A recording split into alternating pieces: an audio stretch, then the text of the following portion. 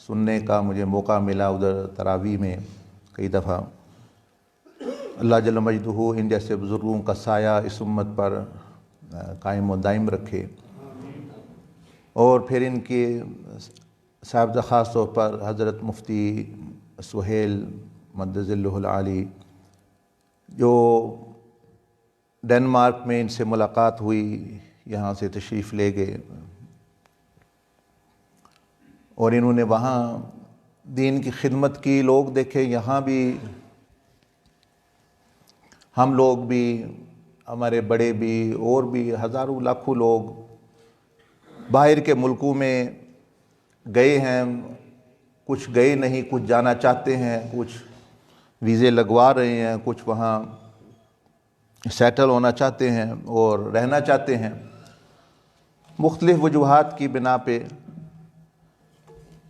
تو یہ وہاں گئے، چند ماہ رہے، اور انہوں نے میری تفصیلی بات تو نہیں ہوئی، بہرحال جو پتہ چلا کہ خود ہی فیصلہ فرمایا کہ میں نے جو خدمت وہاں میں پاکستان میں کر سکتا ہوں یہاں نہیں ہو سکتی، تو یہاں بھلے ڈنمارک میں موسم بھی اچھا ہے، مالی معاملات بھی وہاں سے بہتر ہیں، اور اتنی محنت بھی وہاں نہیں کرنا پڑتی جتنی ادھر کرنا پڑتی ہے، لیکن انہوں نے وہاں رہنا پسند نہیں کیا، اور وہ چھوڑ کے جو لوگ جو ہے وہاں یہاں تشریف لے آئے آپ کے پاس، آپ کو پڑھانے کے لیے۔ بلکہ جتنا وقت وہاں رہے پھر بھی جو طلباء ہیں وہ جانتے ہیں کہ یہ انٹرنیٹ پر وہاں سے بھی بیٹھ کے وقت بے وقت جو ہے، کیونکہ وقت کا بہت فرق ہے، پڑھاتے رہے۔ تو یہ بھی ایسے لوگ بھی جو ہے وہ باعث غنیمت ہیں لوگوں کے لیے، علاقے کے لیے اور امت کے لیے۔ ان کی تعریف نہیں کر رہا، یہ ان کی صفتی کی یعنی بیان کر رہا ہوں کہ بھئی ایسے لوگ جن میں یہ صفات پائی جائیں، اور بھی ہوں گے بہت، کہ جو لوگ ہم تو مال دولت کے لیے، اچھی جاب کے لیے، سب کچھ چھوڑنے کے لیے تیار ہیں، ملک چھوڑنے کے لیے، اور جو لوگ وہاں سے چھوڑ کر یہاں آ رہے ہیں واپس، تو آپ پھر اندازہ لگائیں کوئی وجہ ہوگی، اور ان کے باطن میں، ان کے قلب میں کوئی فکر ہوگی۔ تو آپ لوگوں کو بھی خاص طور پر جو طلباء جو ہیں یہاں پڑھ رہے ہیں ان کو بھی اس کی قدر کرنی چاہیے، اور دوسروں کے لیے بھی نمونہ ہے۔ اسی طرح اور بھی ماشاءاللہ اساتذہ کرام بیٹھے ہیں، آپ لوگ سننے والے بیٹھے ہیں۔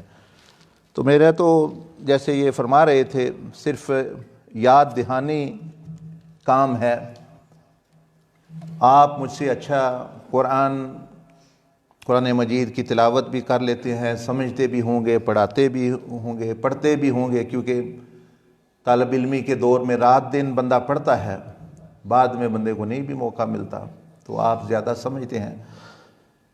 تو میں نے چند گزارشات اسی حوالے سے آپ کے سامنے پیش کرنی ہے، اور خاص طور پر جو ماشاءاللہ آپ تجوید پر جو ہے وہ زور دے رہے ہیں اور ماشاءاللہ پڑھ رہے ہیں۔ یہ تجوید جو ہے یہ کیا ہے؟ ایک ہے جو کتابوں میں آپ نے تعریف پڑھی، بھائی مخارج کی پہچان اور یعنی حروف اور جتنے اصول ہیں۔ ایک ہے صوفیاء کی تعریف کہ وہ تجوید کس کو سمجھتے ہیں، تو وہ بھی جو کتابوں میں آپ نے پڑھی وہ بھی درست ہے، اور جو صوفیاء نے بیان کی اہل اللہ نے، یہ امام جزری ہوں یا دوسرے بڑے بڑے جو قاری حضرات، یہ بڑے بڑے صوفیاء بھی تھے ساتھی، یعنی اہل اللہ بھی تھے، محدثین بھی تھے، صرف جو ہے یعنی قاری نہیں تھے، بلکہ پہلے زمانوں میں قاری کہا ہی بہت بڑے عالم کو، فقیہ کو، محدث اور جو عارف باللہ کو کہا جاتا تھا۔ تو نبی علیہ السلام نے بھی قاری کا لفظ استعمال کیا ہے علماء کے لیے، اور یعنی یہ بہت بڑا یعنی مقام ہے۔ تو صوفیاء نے یہ تعریف کی ہے اس کی فن کی، وہ فرماتے ہیں کہ تجوید یہ ہے کہ بندہ امتی کوشش کرے کہ میں حضور علیہ السلام جیسا قرآن پڑھ سکوں۔ تو جب یہ سیکھنے والے کے ذہن میں آ جائے کہ مجھے یہ جو قلقلہ بتایا جا رہا ہے یا ادغام بتایا جا رہا ہے یا یہ جو اصول بتائے جا رہے ہیں، یہ خالی مشق نہیں ہے کہ بھئی عربی کی ایک عبارت ہے وہ میں نے پڑھنی ہے یا عربی پڑھنی ہے اس طرح جی میں نے یا غنہ کرنا ہے یہاں نہیں کرنا، یہ وہ فن ایسا نہیں ہے جیسے اب مثال کے طور پر کسی نے بنا دیا۔ تجوید اصل میں وہ فن ہے جس میں نبی علیہ الصلوۃ والسلام کی قرات کے مشابہ قرات جو ہے وہ کرنے کی کوشش کی جاتی ہے۔ تو یہ جب ذہن میں ہو تو محبت پیدا ہو جاتی ہے۔ صوفیاء کا کام ہی محبت سے دین کی طرف دعوت دینا ہے، نہ کہ خشک اور جس طرح وہ فرما رہے تھے صرف جو ہے یعنی تنبیہ کرنا اور سختی کرنا، اس سے دین نہیں پھیلتا۔ تو جو ایک بندہ پڑھ رہا ہے جی میں پڑھ رہا ہوں قرآن میں صحیح پڑھ سکوں، ایک یہ نظریہ ہے، اس سے بھی یہ بھی بہت اچھی بات ہے آپ قرآن ٹھیک پڑھ سکیں۔ ایک طالب علم یا استاذ اس نیت سے پڑھ رہا ہے کہ میری قرات آپ علیہ السلام جیسی ہو جائے، میرا پڑھنا نبی علیہ السلام کے قریب پہنچے، جس طرح حضور علیہ السلام الفاظ نکالا کرتے تھے اپنے دہن مبارک سے، میں اس طرح نہ اس طرح پڑھ تو نہیں میں سکتا، اس کے قریب بھی کہیں نہیں پہنچ سکتا، لیکن جتنا میں کر سکتا ہوں وہ کروں۔ یہ قرات پھر وہی چیز ہے۔ اور لیکن اللہ جل مجدہ نے دیکھیں یہ قرآن کی قرات کے کوئی کہیں گے یعنی 17 کے قاری ہیں، قرآن 7 حروفوں پر لہجوں میں نازل کیا گیا۔ مثلا جو مراکش والے ہیں وہ اور قرات میں پڑھتے ہیں، وہ ہماری قرات میں نہیں پڑھتے، ان کے الفاظ ان کی جو بلانے کا طریقہ ہے، پڑھنے کا طریقہ ہے، آپ کو لگے گا کہ وہ مختلف پڑھ رہے ہیں، مطلب ہم غیر المغضوب علیہم پڑھ رہے ہیں، وہ علیہم پڑھ رہے ہیں، وہ اور قرات ہے۔ تو یہ کیوں قرآن مجید جو ہے مختلف یعنی قراتوں میں اور مختلف جو ہے یعنی لہجوں میں نازل کیا گیا؟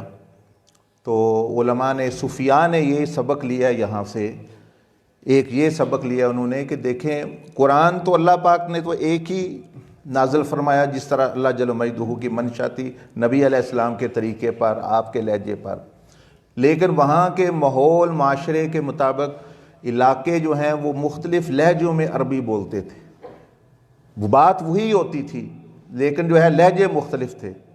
تو اللہ جل مجدہ نے ان کی آسانی کے لیے اجازت دے دی کہ قرآن وہ بھی اپنے اپنے لہجوں میں پڑھ لیں، وہ بھی اپنی اپنی قراتوں میں پڑھ لیں۔ نبی علیہ السلام نے جب پھر وہ شرعی چیز بن گئی، پھر وہ مشروع بن گئی، بعد میں پھر جو ہے یعنی اپنا اس طرح لہجے۔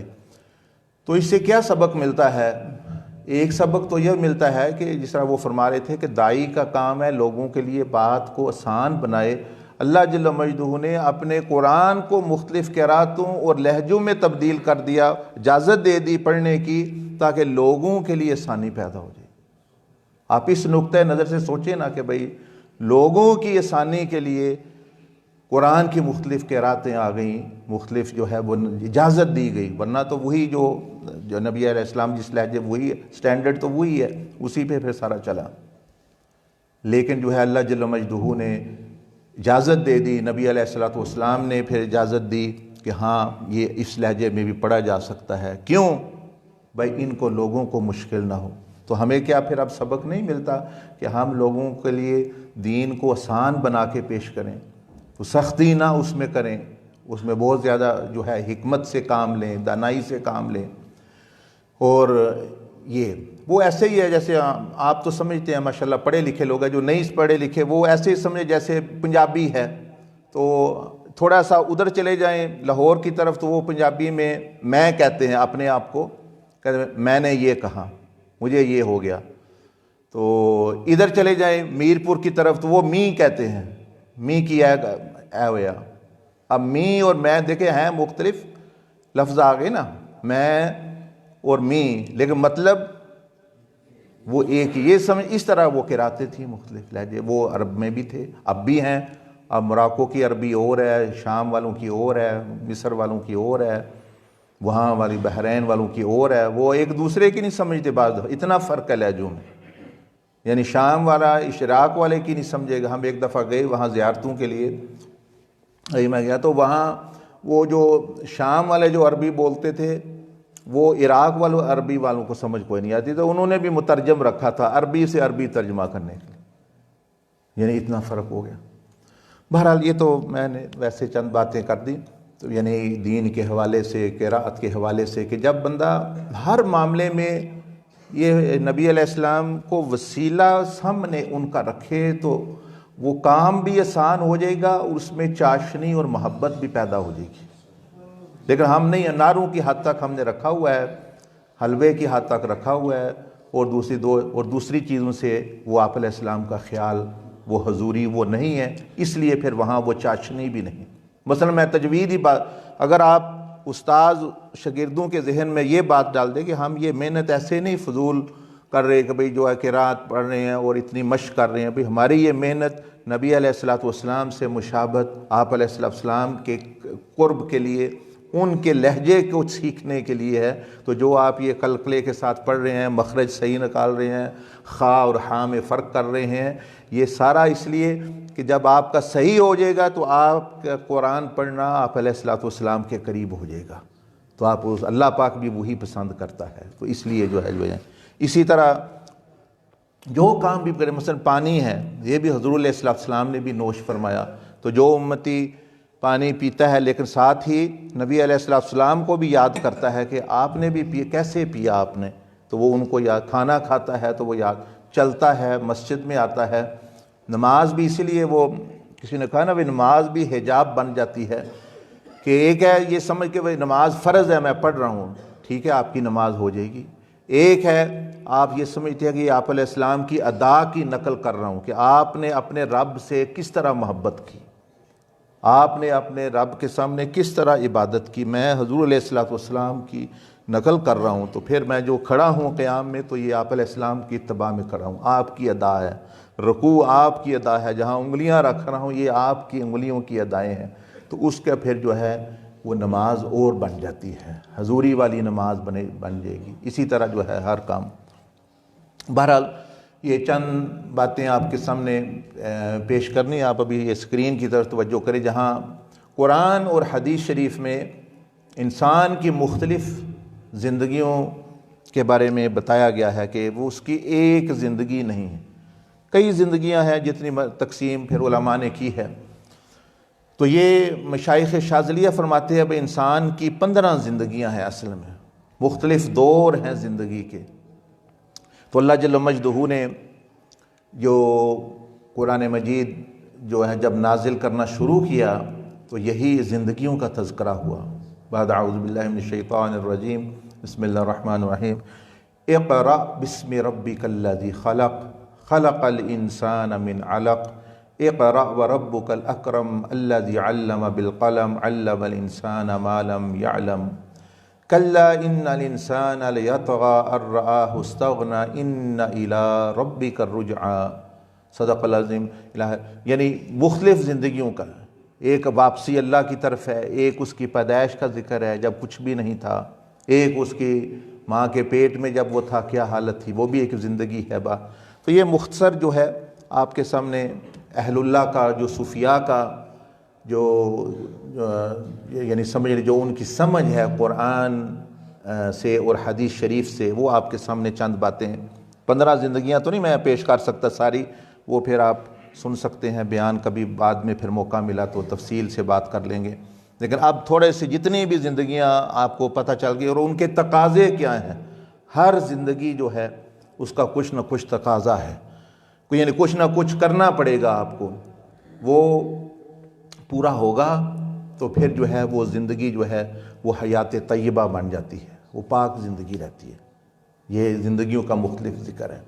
لیکن ہمیں حضور علیہ السلام فرمایا کرتے تھے کہ یسروا، کہ آسان بنایا کرو چیزوں کو، معاملات کو، ساری چیزوں کو، تو آسان بنا کے دین کو بھی آسان بناؤ. اسی لیے علماء نے یہ جو آپ درس نظامی پڑھ رہے ہیں، یہ گویا حضور علیہ السلام نے تو نہیں پڑھایا درس نظامی یہ، لیکن وہی جو قرآن حدیث سمجھانے کے لیے آسانی پہ کا طریقہ اختیار کیا گیا، کہ آسانی سے ان کو، مقصود تو قرآن ہے، مقصود تو حدیث شریف ہے، لیکن اس کو آسان بنا کے پیش کیا گیا. وہ پہلے 4-5 سال ان پہ محنت کریں، ان کے لیے سمجھنا آسان ہو جائے. آسان تو بندے کو فکر ہوتی، آپ پڑھ رہے ہیں میرا کیا ہوگا، میں جب پڑھوں گا تو میرے ساتھ کیا ہوگا، میں یہ زندگی گزار رہا ہوں میرے ساتھ کیا ہوگا، میں یہ قرات پڑھ رہا ہوں اور تجوید پڑھ رہا ہوں، پھر میرے ساتھ میں جب پڑھ چکوں گا میرے ساتھ کیا ہوگا۔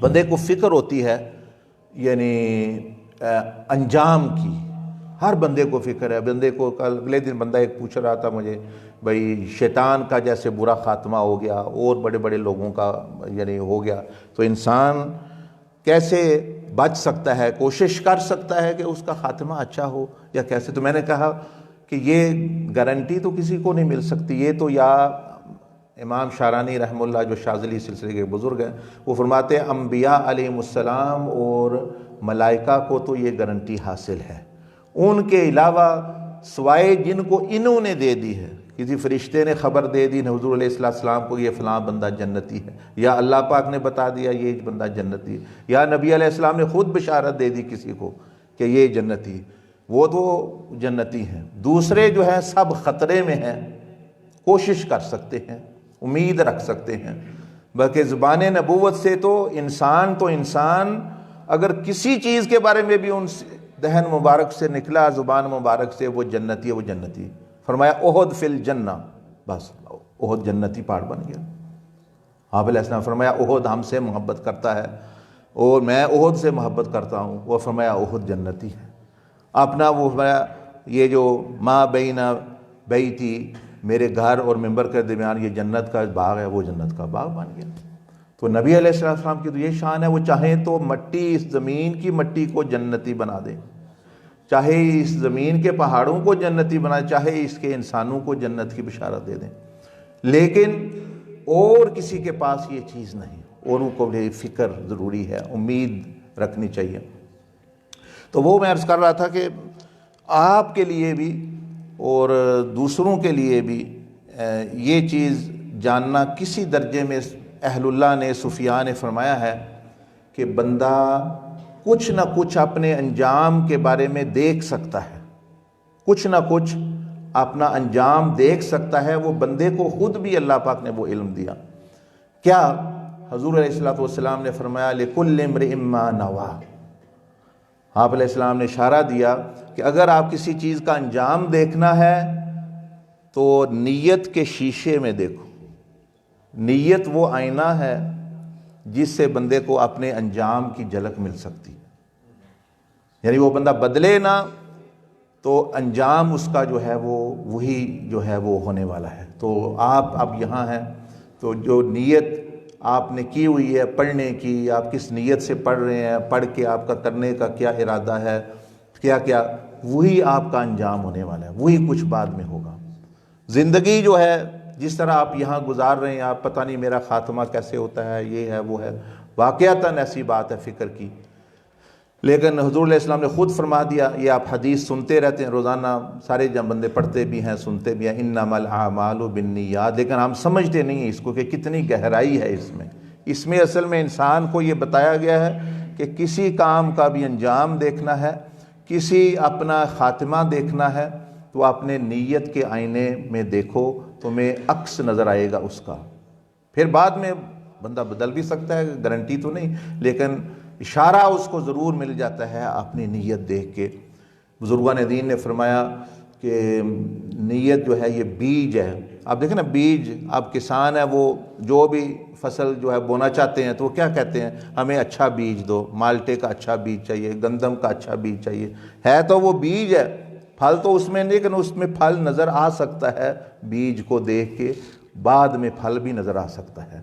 اسی طرح یہ چھپی ہوئی چیز ہے، بیج جس طرح زمین میں ہوتا ہے نظر نہیں آتا، اچھا ڈال دیا برا ڈال دیا، ناقص ڈال نظر، آپ کے بھی دل کی زمین میں وہ نیت چھپی ہوئی ہے، تو ہم سمجھتے ہیں چھپی ہے کسی کو نظر نہیں، جیسی مرضی رکھو، ایسی بات نہیں ہے، یہ بہت بڑا ظلم ہے، اپنے ساتھ ظلم ہے۔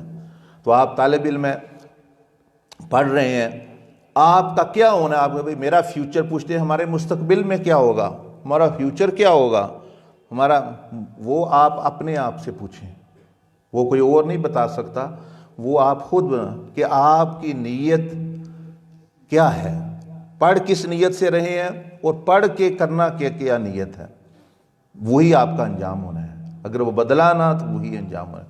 کاروبار کر رہے ہیں، جو بھی کر رہے ہیں، بڑے فکر کی بات ہے جی اب میں پتہ نہیں کاروبار میں کیا ہونا ہے، وہ وہی کچھ ہوگا جو آپ نے نیت. تو اسلام نے نیت، عمل اور کوشش کا مکلف بندے کو بنایا ہے. بس وہ یہ نیت کر لی، آپ کوشش کر رہے ہیں، پڑھ رہے ہیں، عمل ٹھیک ہے آپ کا، تو بس الحمدللہ آپ کا بیڑا پار ہے. مثلا حضور علیہ السلام نے ایک مرتبہ ارشاد فرمایا، دو بندے کاروبار کرتے ہیں اکٹھے مل کے، دو ان بندے کہتے جی کاروباری شریک ہیں، حصہ دار ہیں جی، یا تین بندے کہتے جی ہم بزنس پارٹنر ہیں. آپ دیکھتے ہیں زیادہ تر جو پارٹنرشپ ہے یہ چلتی نہیں، بہت 100 میں سے 90% فیل ہو جاتی ہے. جھگڑے ہو جاتے ہیں، فساد ہو جاتے ہیں، دھوکے ہو جاتے ہیں. آپ علیہ السلام نے 1400 سال 1450 سال پہلے اشارہ فرما دیا، فرمایا کہ دو بندے انسان کسی معاملے میں بھی شراکت کرتے ہیں، وہ کاروبار ہو، وہ مدرسہ ہو، وہ سروس ہو، وہ کوئی چیز بھی ہے، جب دو بندے شریک ہوتے ہیں تو اللہ جل مجدہ فرماتا ہے کہ تیسرا حصہ دار میں ہوں. بزنس میں تیسرا حصہ دار میں ہوں. تین ہے تو اللہ پاک فرماتا ہے میں چوتھا ہوں. پھر نبی علیہ السلام نے فرمایا کہ ان میں سے اگر کوئی غلط کام، یہ نہیں فرمایا کہ عمل غلط کرتا ہے، فرمایا ان میں سے کوئی نیت بدل لے. عمل نہیں، اللہ پاک تو صرف عمل کو نہیں دیکھتا بلکہ اللہ پاک نیتوں کو دیکھتا ہے ساتھ. فرمایا ان میں سے کوئی نیت بدل لے کاروبار میں، یہ جو دو مل کے چل رہے ہیں بھائی یا دوست جو ہے، ان میں سے ایک نیت بدل لے، بھئی میں اب تھوڑا سا نا ایسے کرتا ہوں، یہ کرتا ہوں. کسی کو اس نے بتایا نہیں، کوئی غلط کام نہیں کیا، کوئی بے ایمانی نہیں، کوئی دھوکہ نہیں، صرف اس نے سوچ لیا کہ میں ایسا کروں. فرمایا اللہ پاک فرماتا ہے میں اپنا حصہ نکال لیتا ہوں اس میں سے. حصے سے مراد بھئی اس میں برکت اللہ پاک نکال لیتا ہے، مدد نکال لیتا ہے. اب وہ دونوں نے ڈوب جانا ہے. یہ زیادہ تر. تو میں یعنی بات کرنے کا مقصد یہ ہے کہ انجام دیکھنا ہے تو نیت دیکھیں. ہم نیت درست کرو جی، نیت ہم سمجھیں یہ بوجھ ہے، ہم سمجھتے ہیں یہ بوجھ ہے جی، ہمیں کہا جا رہا ہے نیت درست کرو، نیت ٹھیک رکھو، ملنا شلنا کچھ، ملنا تو وہی ہے جو سامنے ہے. نیت خواہ ایک بوجھ ہم پر آ گیا. نہیں، یہ بہت بڑا احسان ہے جو حضور علیہ السلام نے اپنی امت پر کیا. ان کو گر کی بات بتا دی جس کی بنا پہ یعنی بیج صحیح رکھنے کا جو حکم فرمایا، بھئی ان کا پھل بھی پھر ٹھیک آئے گا، حشر بھی ٹھیک ہوگا. تو یہ بہت اہم ہے آپ کے لیے، قرآن پڑھنے والے کے لیے. قرآن جو پڑھتا ہے، قرآن جو سمجھتا ہے، اس کے لیے بھی ضرور ہے. اگر وہ اس لیے میں آلے بائیں دوسروں سے مناظرے کروں گا، میں دوسروں سے بحثیں کروں گا، میں کوئی لکھوں گا، میں فلاں کروں گا، اس کا انجام وہی ہوگا. وہ وہی کرتا کرتا دنیا سے جائے گا. ہو سکتا ہے نیکی پہ خاتمہ بھی نہ ہو کیونکہ اس نے نیت ٹھیک نہیں کی، اس نے نیت ٹھیک نہیں کی. تو آپ اپنے نیت، بہت خطرناک بات، اس پر جتنا بھی میں اس پر ایمفسائز یعنی اس کو بار بار دہراؤں اتنا کم ہے، اتنا ہی کم ہے کہ اسی وجہ سے بہت سارے فتنے اٹھتے ہیں. مثال کے طور پر شیخ عبدالحق محدث دہلوی رحمۃ اللہ علیہ، یہاں آپ جانتے ہیں ہندوستان میں بہت بڑے ایک محدث، ایک عالم، ایک فقیہ گزرے ہیں، صوفی بھی تھے آپ. تو آپ ان کے زمانے میں فیضی اور اس طرح کے جو لوگ عالم تھے بہت بڑے بڑے، انہوں نے بغیر نقطے کے قرآن مجید کی تفسیر لکھی. اب دیکھیں کتنی بڑی اہمیت ہے. بغیر نقطے کے قرآن مجید کی اب بھی وہ مل جاتی ہے، نقطہ ہی نہیں ہے، اتنا علم اور تفسیر بھی لکھی. تو اس نے جب لکھی تو اس نے سوچا کہ بھئی شیخ عبدالحق محدث دہلوی بہت بڑے عالم دین ہیں، بہت بڑے جن کو مانا جاتا ہے. تو اس نے جیسے آج کل علماء ایک دوسرے کے پاس کتابیں بیچتے ہیں، بھئی کچھ اس میں اپنا کومنٹ دے دیں، کچھ تقریض لکھ دیں، انہوں نے ان کے پاس بھیجی کہ یہ تفسیر ہے اور اس کا جو ہے یعنی اس پہ کچھ لکھ دیں کیسی ہے. ایسی تو کبھی کسی نے لکھی ہے نہیں لکھی، جو بھی ہے آپ فرمائیں کہ کیا کچھ بھی لکھ دیں، بھئی میری تفسیر کیسی ہے. آپ نے اس کو جواب نہیں دیا، آپ نے اس کو جواب کچھ نہیں دیا. اس نے تفسیر بھیجی، آپ نے جواب نہیں دیا. اس نے پھر آپ کے شیخ کو لکھا، حضرت موسیٰ پاک شہید رحمۃ اللہ علیہ جو ملتان کے بزرگ تھے، ان کو لکھا کہ میں نے آپ کے شاگرد کو، آپ کے مرید کو ایک کتاب تفسیر لکھ اتنی محنت کر کے بھیجی ہے، تو اس نے کوئی جواب ہی نہیں دیا.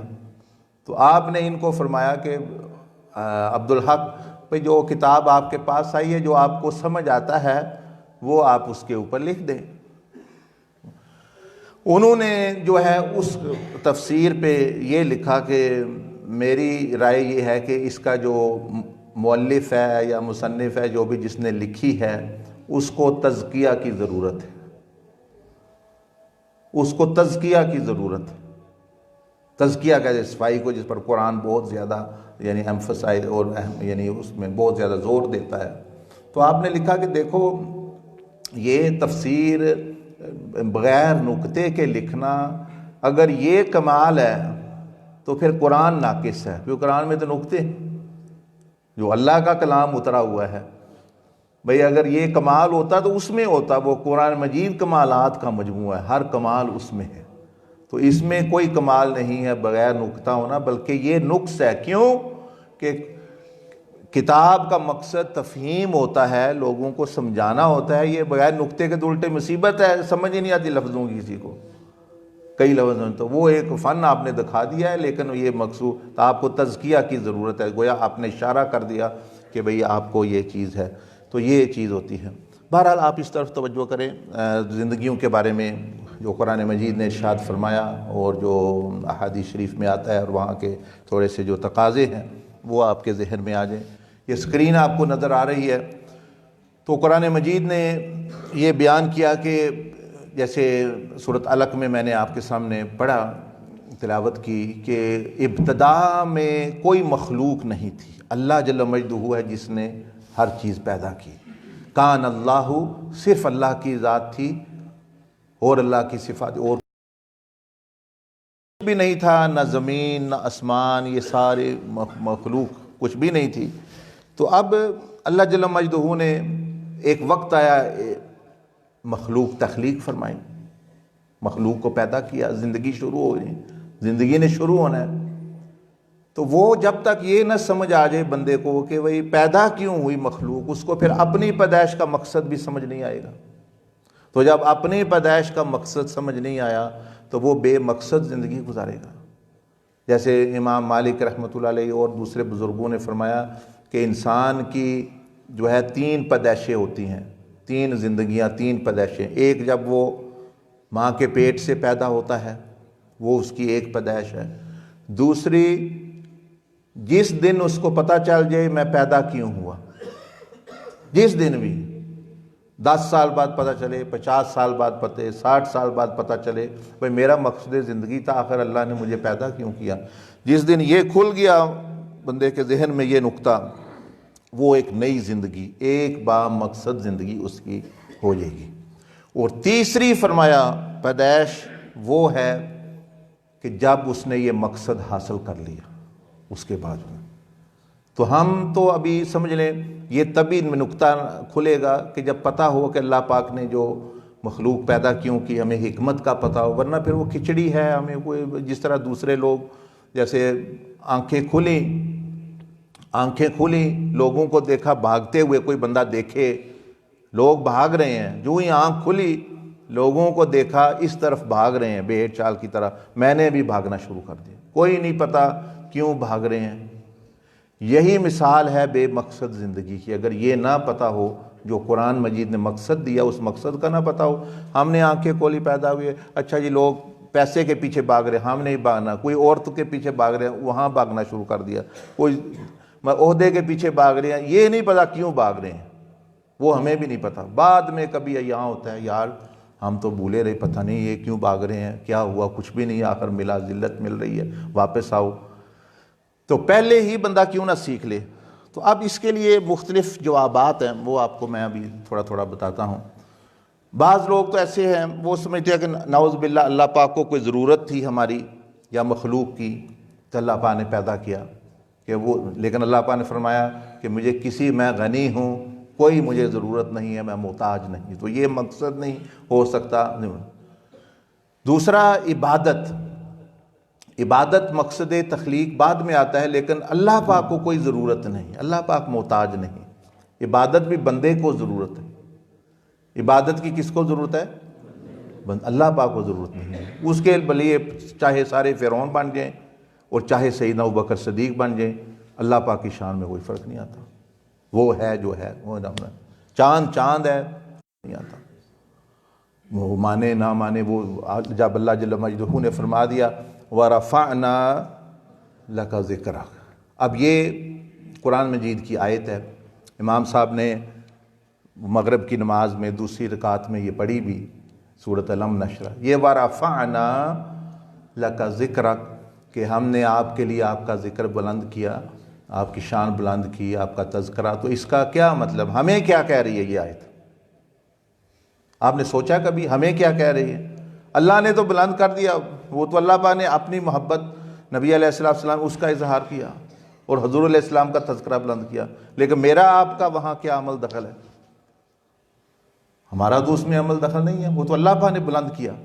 تو وہ آیت یہ کہہ رہی ہے، یعنی ہم سے یہ کہہ رہی ہے، ہمیں یہ جھنجھوڑ رہی ہے وَرَفَعْنَا لَكَ ذِكْرَكَ، کہ اللہ پاک گویا یہ ارشاد فرما رہا ہے میں خالق ہو کر میں نے اپنے نبی اپنے محبوب کا ذکر بلند کیا ہے، تم امتی ہو کر ان کا ذکر کیوں نہیں بلند کرتے؟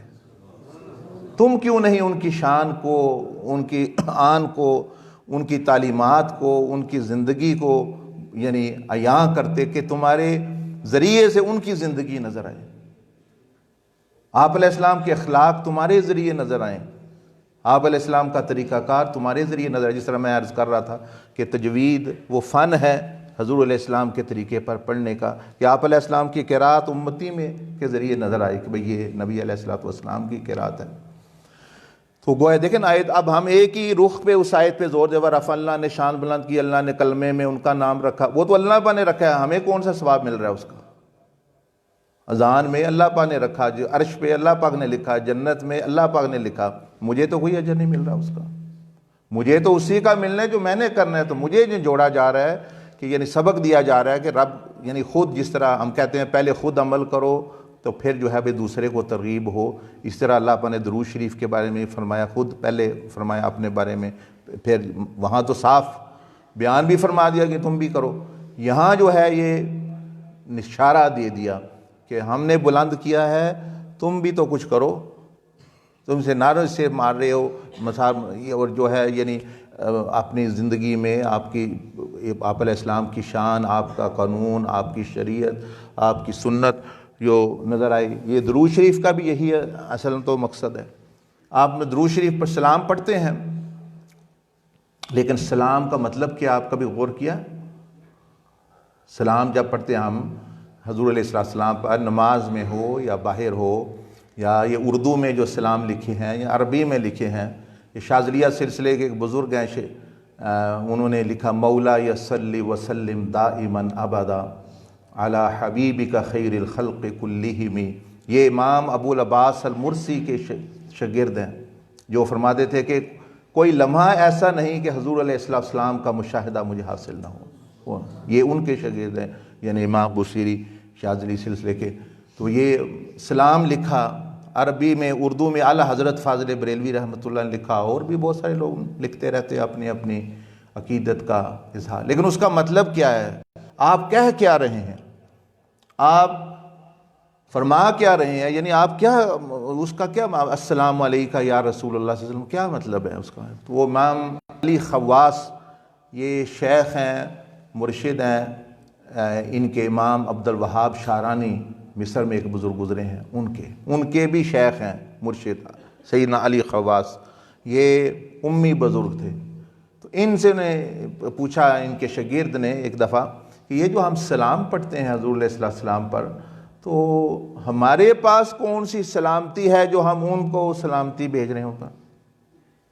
ٹھیک ہے نا، کچھ چیز دینے کے لیے اپنے پاس ہونی چاہیے۔ میں کہتا ہوں میں نے آپ پر جی پانی میں وار رہا ہوں، آپ کو میں نے پانی، آ جاؤ پانی لے لو، میں پانی دے رہا ہوں، ہدیہ پیش کر رہا ہوں، لیکن پانی میرے پاس ہونا تو ضروری ہے نا۔ لیکن سوال ہے نا، درود شریف تو بندہ اور بات ہے، وہ تو اللہ پاک کو کہہ رہا ہے آپ بھیجیں، اور سلام کیا ہے؟ یہ صیغہ متکلم ہے، جس کو آپ کہتے ہیں بھئی میں کہہ رہا ہوں السلام علیکہ یا رسول اللہ صلی اللہ علیہ وسلم، السلام علیکہ یا بھئی میں سلام بھیجا، سلامتی ہو آپ پر یا رسول اللہ صلی اللہ علیہ وسلم۔ اب سوال کھڑا ہو گیا، آپ نے کون سا سلامتی کا خزانہ جس کی جو حضور علیہ السلام کو آپ دے رہے ہیں؟ سلامتی تو آتی ہے اللہ سے، اللہم انت السلام و منک السلام. پھر سلامتی نبی علیہ الصلوۃ والسلام مرکز ہیں سلامتی کے، پوری کائنات ان کی وجہ سے سلامتی میں ہے. وما کان اللہ لیعذبہم وانت فیہم. حضور علیہ السلام کے وسیلہ جلیلہ سے کائنات سلامتی میں ہے. تو سلامتی کا مرکز مخزن تو وہاں ہے. میں کون سا سوال ہے، یہ حکم بھی ہے بھیجو، بھیجتے بھی ہم ہیں، بڑی اچھی بات ہے. لیکن کبھی سمجھا کہ وہ کون سے سلام دے رہے ہیں آپ، کون سی سلامتی، یا اس کا مطلب کیا ہے؟ اے جی میں جا رہا ہوں مدینہ شریف، اے جی میرا بھی سلام دینا. ادھر آپ کو پتہ چل جائے نا سلام کا مطلب کیا ہے، آپ سوچ کر یہ بات کریں. امام علی خواص رحمۃ اللہ نے فرمایا کہ سلام بھیجنے کا حضور علیہ السلام پر یہ مطلب ہے کہ یا رسول اللہ صلی اللہ علیہ وسلم آپ بے فکر ہو جائیں، آپ کا دین، آپ کی شریعت، آپ کا قرآن میری طرف سے سلامتی میں ہے، میری طرف سے اس کو کوئی نقصان نہیں پہنچے گا. یہ بندہ یہ سلام ہے. یا رسول اللہ صلی اللہ علیہ وسلم آپ کی ناموس، آپ کی عزت، آپ کے شریعت، آپ کی سنت، جو آپ کے چیزیں متعلقہ ہیں، وہ آپ بے فکر ہو جائے، میری طرف سے کم از کم اس کو نقصان نہیں پہنچے گا. میں سنت کو نقصان نہیں پہنچاؤں گا، میں شریعت کو نقصان نہیں پہنچاؤں گا، میں نماز کو نقصان نہیں پہنچاؤں گا. جو آپ چھوڑ گئے ہیں میری طرف سے، بے دوسرے پہنچائیں تو پہنچائیں، میں ان کو بھی کہوں گا نہ پہنچائیں، لیکن اپنی طرف سے تو میں گارنٹی دے رہا ہوں کہ میری طرف سے کوئی نہیں پہنچے. اس کو کہتے ہیں سلام. اور ہم نے کیا سمجھا اسلامی، جس طرح حال چال پوچھتے ہیں نا ایک دوسرے سے، آئیں جی اچھا جی کیا حال ہے، ٹھیک ہو، خیر خیریت ہے، ہم سمجھا کہ سلام ایسی چیز ہے. اور یہ ظاہری حیات مبارکہ میں بھی آپ علیہ السلام نے یہی مطلب خود بیان کیا ہے. یہ بات وہ میں اب واقعہ نہیں بیان کرتا، وہ لمبی بات ہو جاتی ہے، صرف اشارہ کر دیتا ہوں. ایک مرتبہ ایک صحابی آئے رضی اللہ تعالیٰ عنہ، کئی سفر میں گئے تھے، واپس آئے کافی دیر بعد، کئی مہینوں بعد. تو نبی علیہ السلام کی بارگاہ میں آ کے انہوں نے سلام کہا. ہم بھی سلام پڑھتے ہیں، انہوں نے بھی سلام کیا، السلام علیکہ یا رسول اللہ. انہوں نے تو بنفس نفیس سامنے حضور علیہ السلام تشریف فرمایا. آپ علیہ السلام نے چہرہ پھیر لیا، انہوں نے پھر سلام، آپ نے پھر دوسری طرف چہرہ پھیر لیا. وہ لمبی بات ہے، صرف بارہ وہ پریشان کافی ہوئے، ظاہر ہے پریشانی کی بات ہے. بیوی سے جا کے کہا یہ تو بڑی پریشانی آ گئی ہے مجھ پر، تو نبی علیہ السلام نے سلام کا جواب نہیں دیا. تو انہوں نے بیوی نے کہا کہ ہو نہ ہو آپ ہی سے کوئی کمی کوتاہی ہوگی، وہ حضور علیہ السلام تو نہیں کسی کے ساتھ کرتے کو زیادتی، تو یہ ہے آپ غور کریں. تو جا کے پتہ یہ چلا کہ انہوں نے سونے کی انگوٹھی پہنی ہوئی تھی، کیونکہ جب وہ گئے تھے اس وقت سونے کی حرمت کا کوئی حکم نہیں آیا، ان کی غیر موجودگی میں حکم آ گیا. وہ سفر سے آئے، اپنا پہنی ہوئی ہے. اب گویا آپ علیہ السلام نے جب وہ دیکھا کہ یہ مجھ کہہ رہے میری آپ کی سنت، آپ کی شریعت، آپ کے احکام میری طرف سے سلامتی میں ہے، اور ساتھ ہی سونے کی انگوٹھی پہنی ہے، تو آپ نے فرمایا یہ اسلام پھر کس قسم کا ہے، یہ تو پھر وہ قبول نہیں. تو یہ اسی طرح اور بھی کئی واقعات ملتے ہیں کہ مطلب یعنی سلامتی کا یہی مطلب نہیں ہے کہ صرف زبانی کلامی بات کہہ دی، اس کا پیچھے اسی طرح جو ہم اور آپ ایک دوسرے کو سلام کہتے ہیں وہ بھی ایسے کوئی زبانی کلامی بات نہیں ہے، وہ بھی ہے السلام علیکم. آپ پر جب میں کہتا ہوں السلام علیکم تو گویا میں گارنٹی دے رہا ہوں کہ بھائی میری طرف سے آپ کی جان، آپ کی عزت اور آپ کا مال سلامتی میں ہے. بے فکر ہو جاؤ بھائی، چچا جان، بھائی جان، بہن جی، آپ بے فکر ہو جائیں، میری طرف سے آپ کی عزت، آپ کا مال، آپ کی جان سلامتی میں ہے. یہ جب بندہ مسلمان سلام کہتا ہے دوسرے کو، یہ مطلب ہوتا ہے. اور جب نبی علیہ السلام کی بارگاہ میں سلام عرض کرتا ہے تو پھر اس کا یہ مطلب ہوتا ہے کہ وہ آپ علیہ السلام کے دین اور شریعت اور عزت وغیرہ. بہرحال وہ عبادت کی بات کر رہا تھا میں، تو عبادت ہم ہی محتاج ہیں، معرفت کے بھی محتاج ہم ہیں، اللہ نہیں. پہچان ہو یہ اس کے لیے نہیں. تو پھر اللہ جل مجدہ نے پھر کیوں پیدا فرمایا ہمیں، کیا حکمت ہے، تخلیق ہے، کیسے سمجھ آئے. ہم اللہ پاک کے بندے ہیں. اب وہ جواب سنیں آپ اگلا. پہلے کون تھا موجود سب سے؟ اللہ جل مجدہ. اور بھی کوئی چیز ساتھ تھی اللہ پاک کے؟ ہاں، نہ چیز تو کوئی نہیں تھی، لیکن ایک اور اللہ کی ذات کے علاوہ کچھ اور بھی تھے. کوئی بتائے گا اور کیا؟ آپ طالب علم ہیں. اللہ کے علاوہ اللہ کی ذات کے علاوہ اور کیا تھا جی؟ اچھا، اللہ کی ذات کے علاوہ یہ دیکھیں نا ارد گرد نظر آ رہی ہیں آپ کو چیز، اللہ کی صفات جن کو کہتے ہیں. ایک اللہ پاک کی ذات ہے، وہ یہ ایک اللہ پاک کی صفات ہے، مثلا الحق ہے، قوی ہے، حی ہے، قیوم ہے، قہار ہے، وہاب ہے. تو سب سے پہلے کیا تھا؟ اللہ جل مجدہ اور اس کی صفات. ہاں، اگلا نقطہ یہ صوفیاء نے یہ فرمایا کہ اللہ پاک کو اپنی ذات اور صفات سے بے انتہا محبت تھی وہ ہے. اس کو صوفیاء کہتے ہیں حب جبروتی، یعنی اللہ کی جو اپنی ذات سے محبت. اتنی محبت ہے، اتنی محبت ہے کہ اگر وہ صفت کا عکس کہیں بھی پایا جائے اللہ پاک کو اس بندے سے بھی محبت ہو جاتی ہے. آپ خود دیکھ لیں حدیث شریف میں بھائی ان اللہ رفیق و یحب الرفق، مسلم کی غالباً روایت ہے ان اللہ رفیق و یحب، کہ اللہ پاک نرم خو ہے، نرمی کو سے ساتھ محبت کرتا ہے. اب جس بندے میں نرمی پائی جائے گی اس سے اللہ پاک کو محبت ہوگی. اسی طرح جو ہے ان اللہ جمیل و یحب الجمال، ان اللہ کریم و یحب الکرم، ان اللہ علیم و یحب العلم. اچھا، یعنی جتنی بھی صفات الہیہ ہیں ان کا عکس، ان کا اثر جب پایا جائے اللہ پاک کو اس سے بھی محبت ہو جاتی ہے.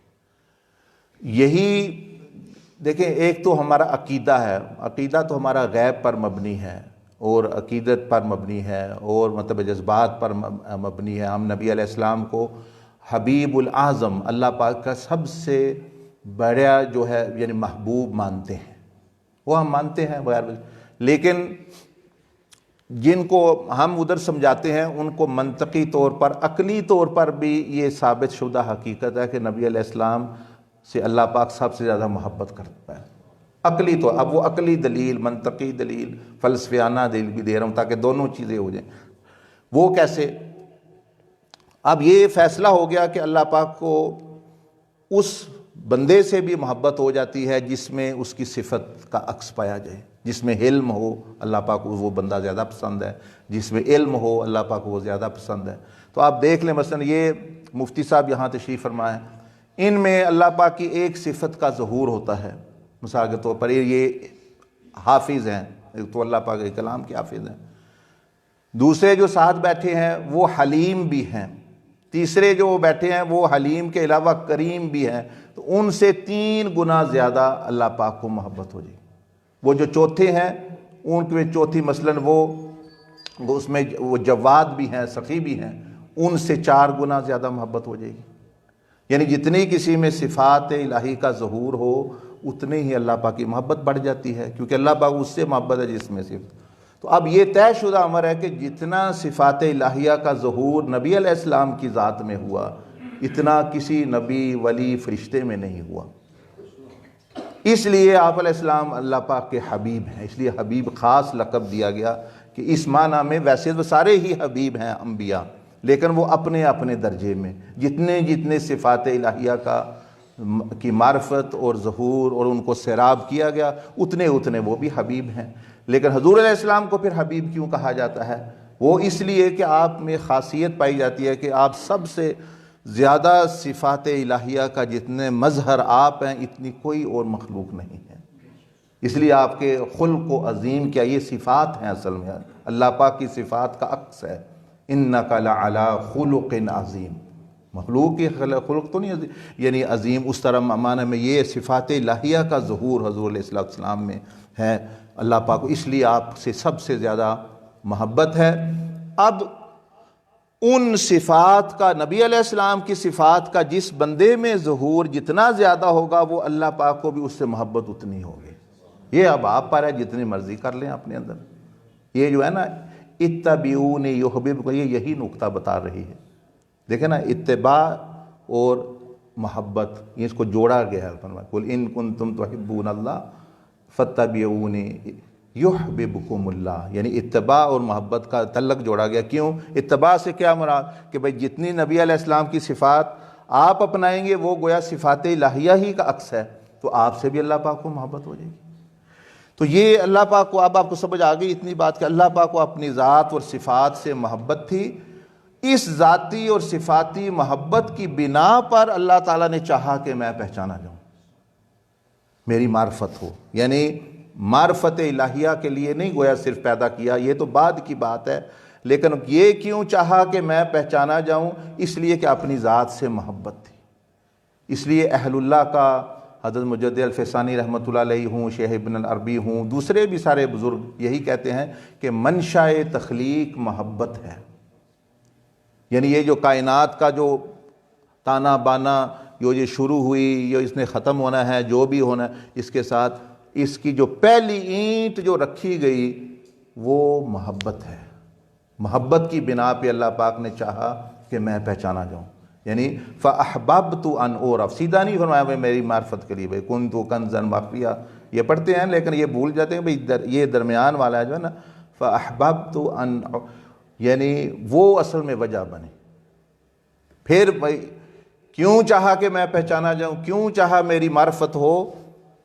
کہ اپنی ذات سے محبت تھی۔ تو گویا اس پہ پھر صوفیاء کا، اہل سنت کا مذہب ثابت ہوتا ہے کہ جس کے کائنات کی تخلیق کی بنیاد ہی محبت ہے، ضرورت نہیں ہے۔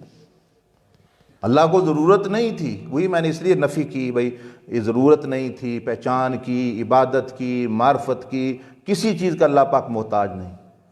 اللہ پاک نے مجبوری سے نہیں کائنات پیدا کی، اس لیے پیدا کیے، محبت سے کی، اپنی مرضی سے کی۔ تو جب محبت سے پیدا کی ہے تو پھر جو ہے جس پھر بندے میں اس چیز کا ظہور ہوگا وہ بھی پھر محبت سے پھر عبادت کرے گا، محبت سے تعلق بنے گا، یہی پھر حق بنتا ہے کہ رب سے جو ہے وہ چیز۔ اور الہ کہتے ہی اس کو ہے جس کے سے سب سے زیادہ محبت، عربی میں اس کو بھی کہتے ہیں لا، یعنی لا الہ، یہ محبت کی آخری جو ہے وہ حد ہوتی ہے کہ بھئی وہ خدا کی ذات سے محبت، اور نبی علیہ السلام سے محبت کہ وہ اللہ ہی کی صفات کے مظہر ہیں، یعنی اللہ سے، ان سے محبت اس لیے کہ اللہ سے محبت کرنی کیسے ہے اس کے نمونہ وہ ہیں۔ میں تو نہیں اللہ پاک جانتا، نہ پہچان سکتا، نہ لیکن اللہ پاک کے ساتھ کیسا معاملہ رکھنا ہے، کیسے محبت کرنی ہے، وہ نبی علیہ السلام نمونہ ہے۔ ان سے کیسی کرنی ہے، صحابہ کرام اور اہل بیت اس کا نمونہ ہے۔ اور ان سے کیسے، یہ اولیاء اللہ کو جو سلسلہ چل رہا ہے یہ قیامت تک چلتے رہے گا، یہ کیوں ہے؟ اس لیے کہ اولیاء اللہ کے پیچھے چلو، کہ وہ نمونہ ہوتے ہیں کہ اللہ کے رسول صلی اللہ علیہ وسلم سے اور اللہ سے محبت اور اطاعت کیسے کی جاتی ہے، ہمارے سامنے کچھ نہ کچھ نمونہ آ جاتا ہے۔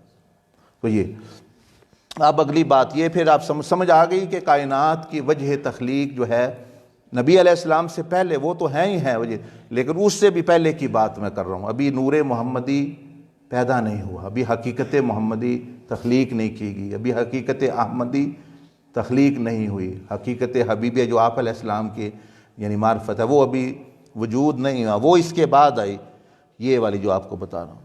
تو سب سے پہلے جب اللہ پاک نے کہا مجھے محبت ہے اپنی ذات سے اور میں چاہتا ہوں میں پہچانا جاؤں، تو پھر یہ پیدا ہوئی حقائق۔ اہل اللہ فرماتے ہیں نور محمدیہ، حقیقت محمودیہ، حقیقت احمدیہ، حقیقت محمدیہ۔ یہ سمجھے ایک آپ علیہ السلامی کی مختلف شانیں ہیں، مختلف لباس ہیں۔ نور محمدی کا لباس حقیقت محمودیہ، اس کا لباس اس کا لباس حقیقت محمدیہ ہے۔ پھر یہ بشریت محمدیہ، اس کا لباس ہے آگے پھر روح محمدیہ کا۔ جس طرح ہمارا دیکھیں نا روح اندر ہے، لباس جو ہے وہ یہ چیز آ رہی ہے، لیکن وہ مختلف قسم کی یعنی چیزیں ہیں، اس میں کوئی کسی دوسری مخلوق اس میں شریک نہیں۔ بہرحال یہ اہل اللہ وہ جانتے ہیں، پہنچتے بھی ہیں، اس سے فیض بھی اٹھاتے ہیں۔ بہرحال نتیجہ یہ ہوا کہ نبی علیہ السلام کی ذات اللہ پاک نے پیدا کی۔ تو اللہ پاک نے حضور علیہ السلام کی صفات کو پیدا فرمایا، وہ بھی دیکھ لیں۔ آپ کے جو اسماء ہیں، اپنے اسماء سے اللہ پاک نے ان کو فیض دیا، اور بعض تو بالکل ہو بہو وہ نام عطا فرما دیے، تحفہ جیسے رؤوف الرحیم ہے۔ آپ دیکھیں یہ اللہ پاک کے اسماء ہیں، یہ ہیں ظاہری طور پر، نبی علیہ السلام کے بھی ہیں۔ تو یہ طریقہ ہونا، پہلے اللہ کی ذات اور اس کی صفات، اب ایک ہستی پیدا کر دی نور محمدی اور اس کے اندر اپنی صفات کا جو ہے فیض رکھ دیا، وہ ہوگی اپنے یہ چیز۔ اس لیے حضور علیہ السلام کو اللہ پاک نے قرآن مجید میں سراجن منیرا کا لقب دیا کہ یہ خود بھی روشن ہے اور دوسروں کو بھی روشن کر دیتے ہیں، جو ان کے سامنے آئیں ان کی طرف اپنا رخ کریں۔ اور یہ دیکھیں، یہ مثال ہے، یہ دیکھیں سورج ہے، آپ مثلا پاکستان میں ہیں، یہاں کیوں اندھیرا ہے؟ یہ زمین میں کیوں اندھیرا ہے؟ اس لیے کہ زمین نے سورج سے رخ موڑا ہوا ہے۔ تو یہ دیکھیں نا، یہ سیارے جتنے جن کا رخ ادھر ہے، یہ حصہ یہ سیاہ ہے، ظلمت ہے، کیونکہ سورج سے انہوں نے رخ موڑا ہوا ہے۔ اور جو سورج کے سامنے والا حصہ ہے وہ دن کا حصہ ہے، وہ روشن ہے۔ تو اگر نبی علیہ السلام چراغ ہیں تو وہ جس ہماری زندگی کا جس پہلو کا رخ حضور علیہ السلام کی طرف ہوگا وہ روشن ہو جائے گا، وہ اخلاق کا ہو، وہ کھانے پینے کا ہو، وہ عقائد کا ہو، وہ تجوید کا ہو، جو بھی رخ زندگی کا جو بھی شعبہ نبی علیہ السلام کے سامنے آئے گا، آپ کے سورج کے سامنے، وہ روشن ہو جائے گا، اور جو نہیں ہوگا وہ ظلمت میں رہ جائے گا۔ من الظلمات الی النور، بھیجا ہی اللہ پاک، اللہ ولی الذین آمنوا یخرجہم من الظلمات الی النور۔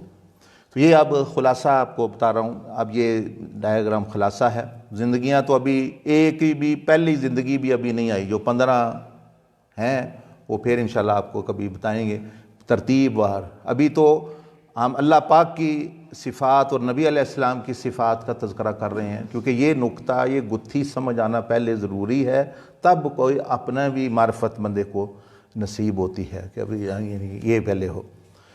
تو کیا اب دیکھیں خلاصہ آ گیا، اللہ جل مجدہ تھا اور اس کی اس کے بعد اللہ پاک نے کیا پیدا کیا؟ نبی علیہ السلام کا نور اور آپ علیہ السلام کی صفات۔ اب مسئلہ سارا اتنا ہے کہ یہ ہم ہیں نیچے، یہ دیکھیں، یہ ادھر یہ ایک بندہ ہے، اگر بندہ جو ہے یہ بھی اپنے اندر ان صفات کا عکس لے آئے جو اخلاق محمدیہ کہا، تو یہ بھی اللہ کا محبوب بن جاتا ہے، یہ بھی میل کھا جاتا ہے ادھر اوپر، یہ پھر اللہ کا ولی اس کو کہتے ہیں۔ اور ولی کی کیا تعریف جو اللہ پاک نے اور نبی علیہ السلام نے کی۔ ایک حدیث ہے بخاری شریف کی، اس میں فرمایا کہ وہی جو سب سے زیادہ قرب بندے کو ملتا ہے فرائض ادا کرنے سے۔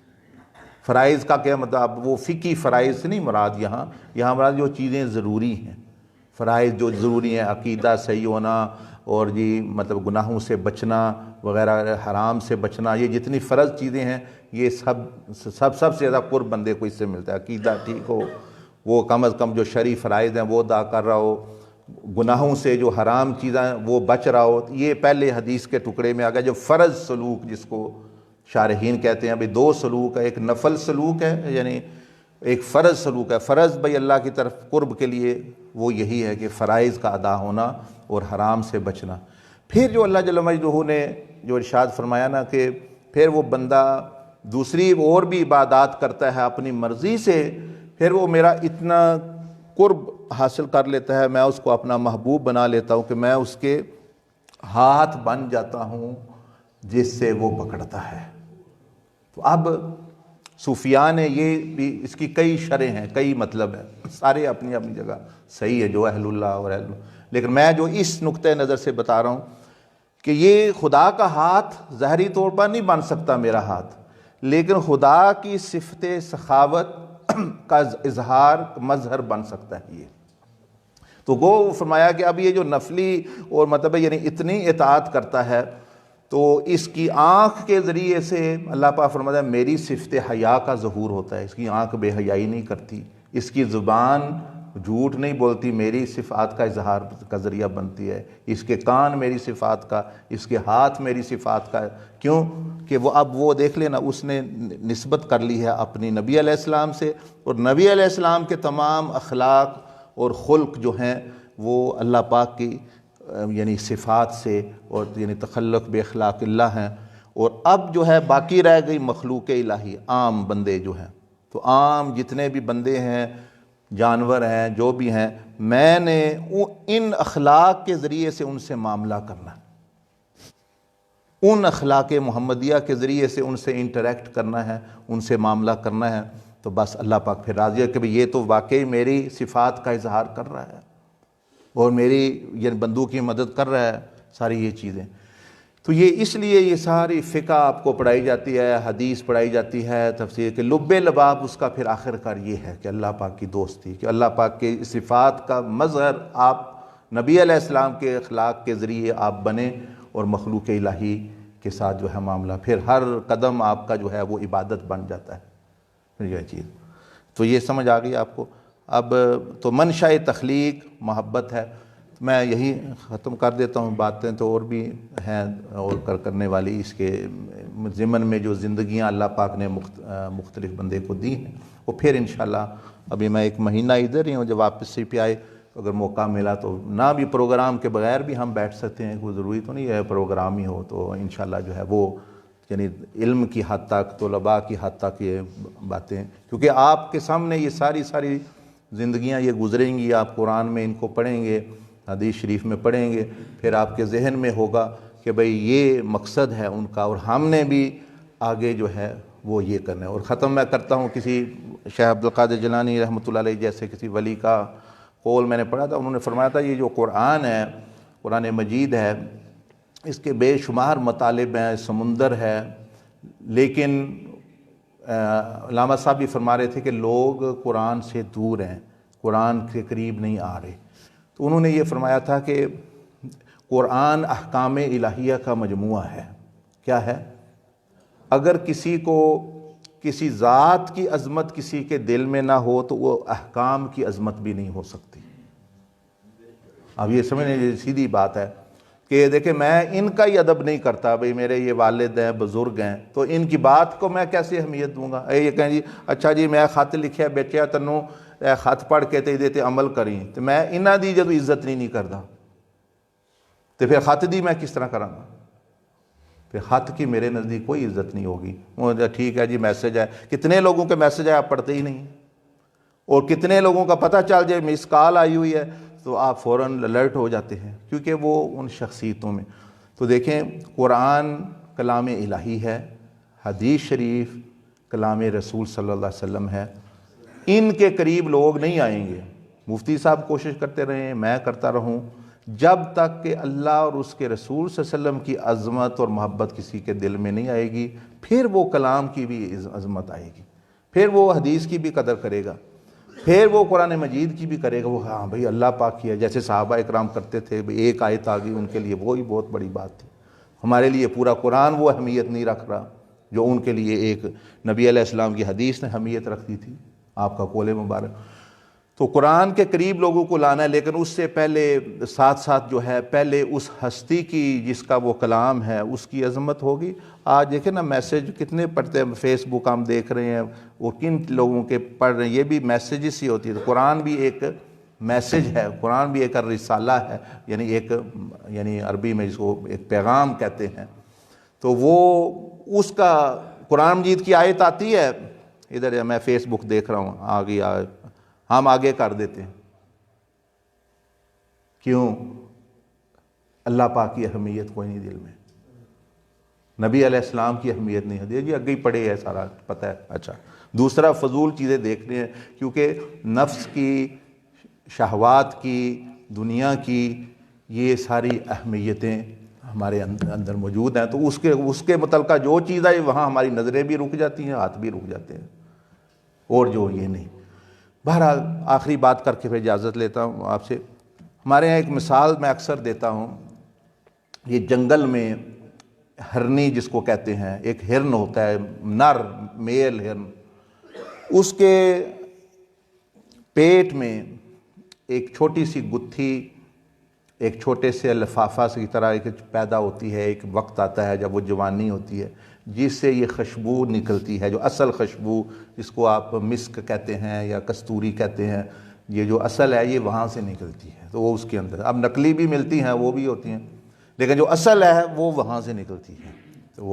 تو اس کے ضمن میں صوفیاء نے سبق دیا بہت بڑا۔ صوفیاء کا کام ہے بھی عام چیزوں کے ذریعے سبق لوگوں تک پہنچانا، لیسن پہنچانا، سمجھ آئے بہت بڑی بات۔ تو یہ قرآن کی بات بتا رہا ہوں، یعنی سمجھا رہا ہوں اہمیت کے لیے کہ وہ جب اس کی خوشبو اس ہرن کے نتنوں کو خود پہنچتی ہے تو اس کو بڑی ایک چاہت سی، ایک بینی سی خوشبو ہوتی ہے، میٹھی سی، اس کو بڑی اچھی لگتی ہے، وہ ایک قسم کا عاشق ہو جاتا ہے اس خوشبو پہ. وہ پھر ڈھونڈتا ہے ادھر سونگے ادھر سونگے، وہ کہاں سے آ رہی. جب وہ ملتی نہیں وہ پھر ارد گرد دیکھتا ہے، اس پھول کو دیکھا، ادھر نہیں ملا، اس جنگل میں بھاگا، ادھر نہیں ملا، اس صحرا میں بھاگا، پہاڑوں پہ بھاگا. وہ خوشبو ڈھونڈ رہا ہوتا ہے، اس کے اپنے اندر سے پیٹ سے رہی، بھاگ رہا ادھر. اب بھاگتے بھاگتے کبھی شکاری کے آگے چڑھ گیا، وہ انہوں نے شکار کر کے لے گئے خوشبو، یا اس کو بھی قتل کر دیا، ذبح کر دیا، یا کہیں گر گیا، یا کوئی جانور نے کھا پی لیا.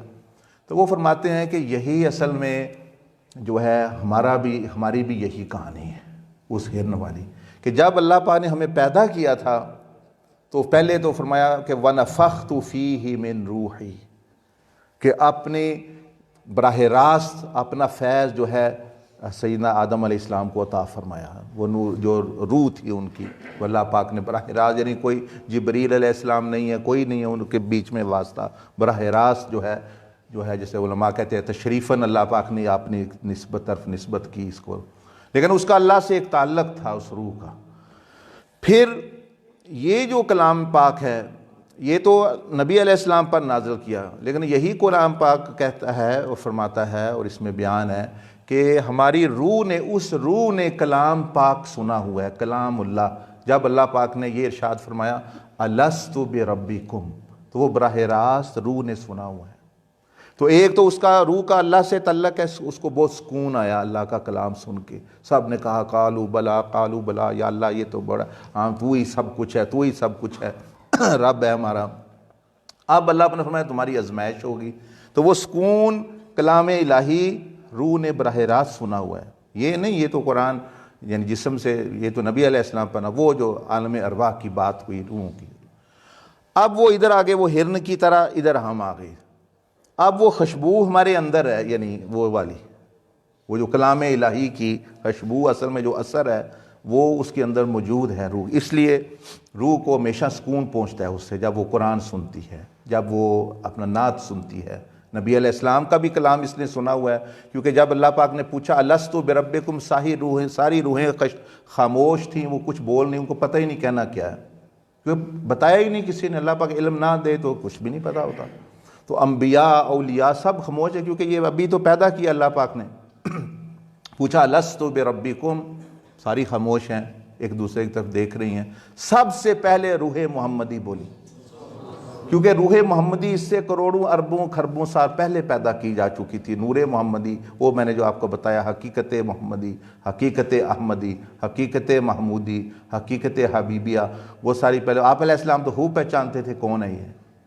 تو جب آپ نے فرمایا کہ بے شک تو ہی ہمارا رب ہے، سب روحوں نے جب یہ سنا تو انہوں نے دہرا دیا اس کے بعد جو ہے یہ چیز.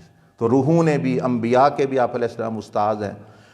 اور اس وقت پھر جب روحوں نے دو کلام سن لے، ایک کلام الہی سن لیا، ایک نبی علیہ السلام کا کلام سن لیا، اب وہ خوشبو آپ کے میرے اندر ہے. اس لیے تلاوت سے، نعت سے اس کو سکون ملتا ہے، اس نے وہ پہلے سنی ہوئی ہے.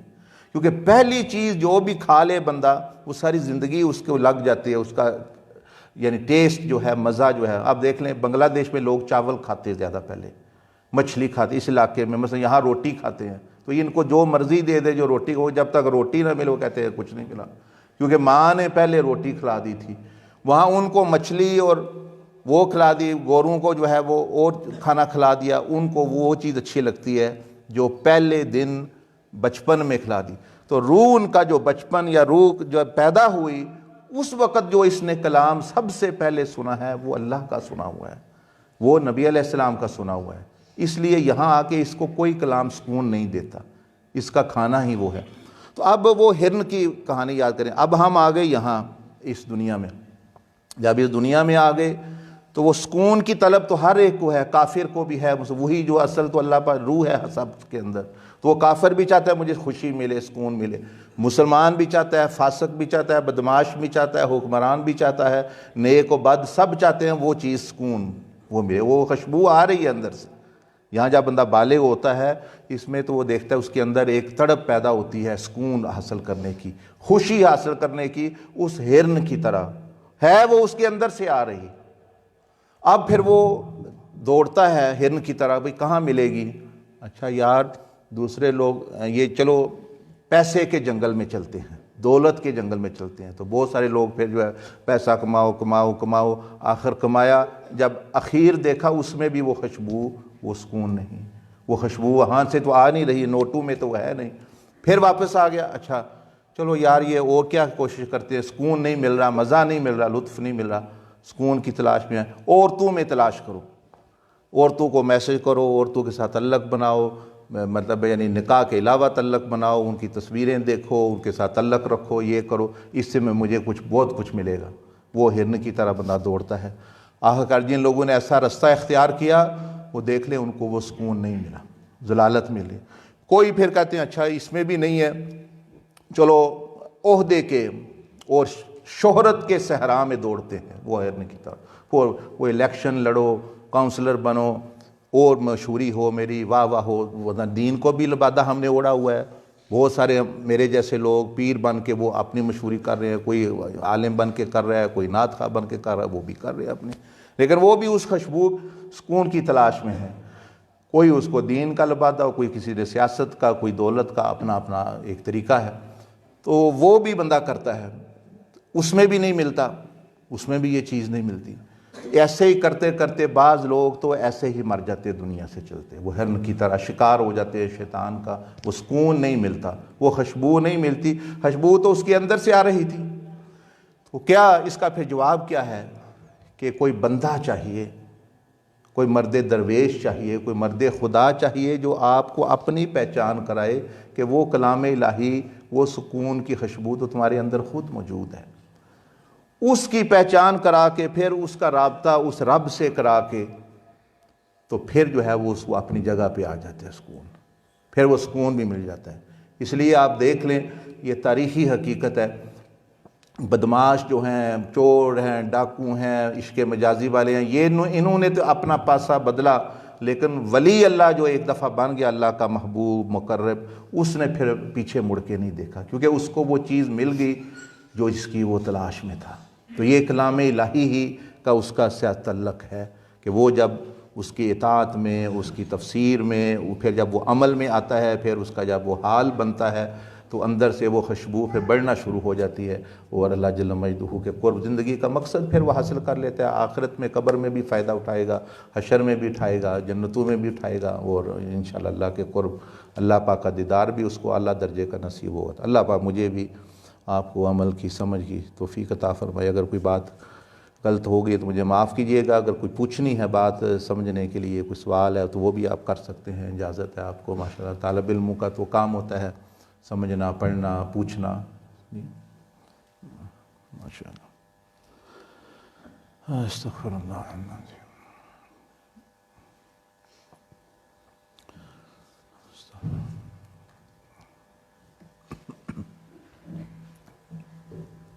بسم اللہ، اللہم صلی وسلم۔ حاضرین محترم، اب انشاءاللہ العزیز نماز عشاء باجماعت یہیں پہ ادا کی جائے گی، اور نماز عشاء کے بعد جو طلباء کرام ہیں ان کے لیے کھانا حسب معمول وہ تیار ہے، وہ وہیں ادارے میں کھانا تناول فرمائیں گے۔ نماز عشاء کے بعد انشاءاللہ دعا ہوگی، دعا کے بعد طلباء اپنے ادارے میں جہاں معمول کے مطابق کھانا تناول کرتے ہیں وہاں کریں گے، اور جو اساتذہ کرام ہیں، باہر سے تشریف لائے ہوئے مہمان ہیں، حضرت صاحب کے ساتھ تشریف لانے والے جتنے بھی معزز مہمان ہیں وہ سارے یہیں پہ تشریف تناول